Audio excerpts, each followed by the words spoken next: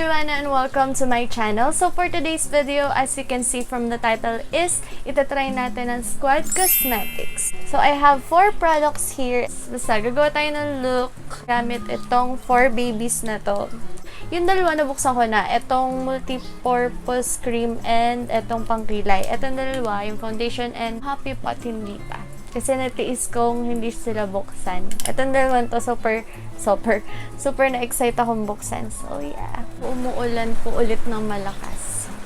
Yung Squad Cosmetics kasi, guys, isa siya ngayon sa pinaka-trending na local brand kasi super affordable ng kanilang products. Sobrang dami na din kasing reviews, kaya hindi ko na sila gagawin ng reviews. Ayun, tingnan natin kung totoo yung mga review nila. I've been eyeing Squad Cosmetics talaga for months na, and ngayon lang ako bumili. I'm gonna prep my skin with this, yung Lux Organics na Skin Mattifying Mist with tea tree extract. So, ito ang kailangan natin dahil may mga pimples po tayo, no?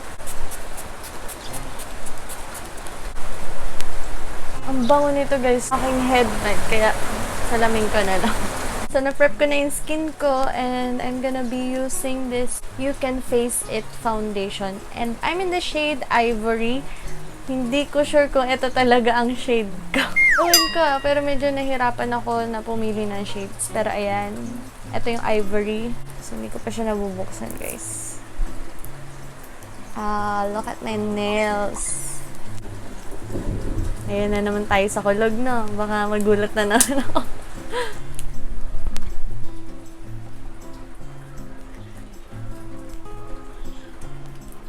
Oh. Mabango siya. Let's use a brush.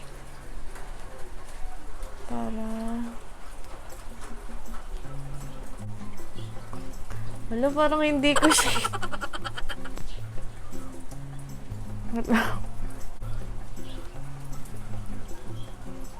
Medyo na ko sa amoy niya, ha. Na-overwhelm ako sa amoy niya.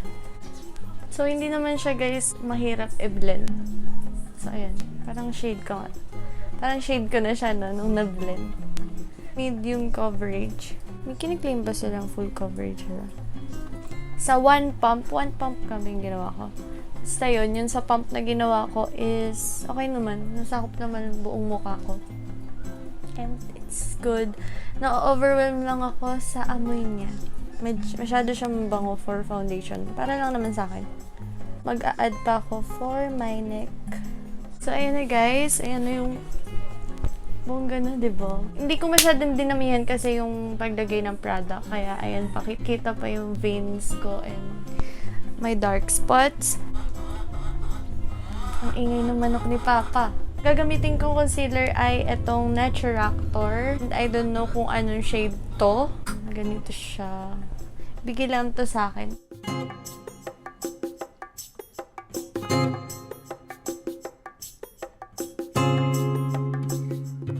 So,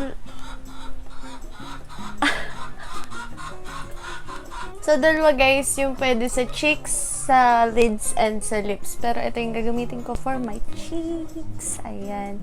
Yung Happy Pot. And this is in the shade College. So, ayan. Ang ganda.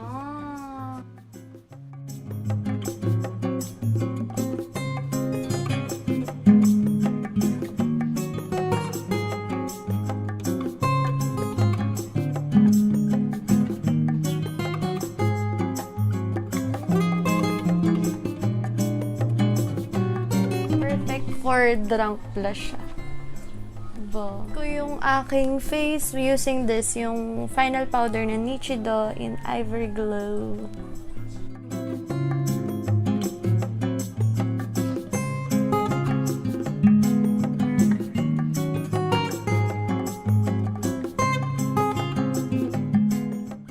Yan, nilagay ko na itong multi-purpose mousse cream in Blight sa akin. Search ko na lang sa inyo yung color nitong Blight. So, ayan ang color niya. Diba? Ganda. Tsaka sobrang bango, girl. Para siyang candy. For brows, guys, ito yung gagamitin ko. Yung Squad Cosmetics na Brow Game Eyebrow Pencil in the shade Medium Brown.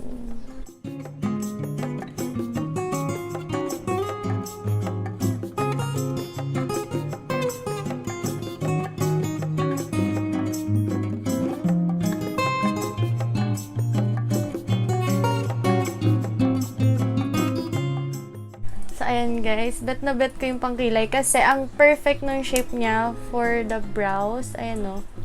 And may spoolie siya. Ayan. At saka malambot siya. Nagagamit talaga siya for blending.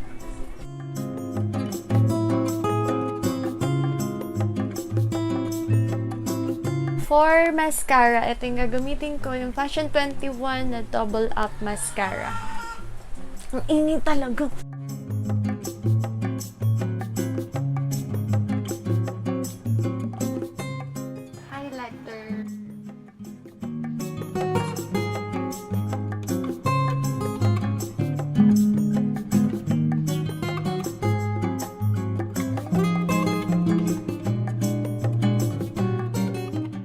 Lastly, for the lips, ito ulit yung gagamitin ko, yung Blight.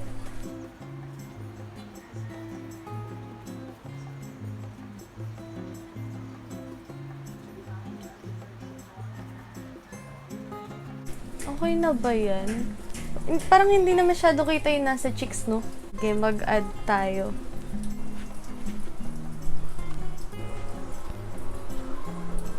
Ganda guys, ipag-combine tong dalawang to.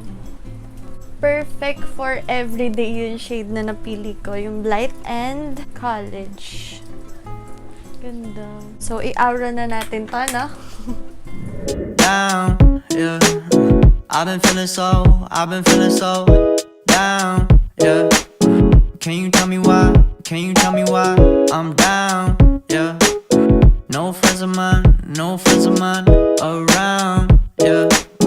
Now I'm thinking now. So, this is the final look, guys. Ayun.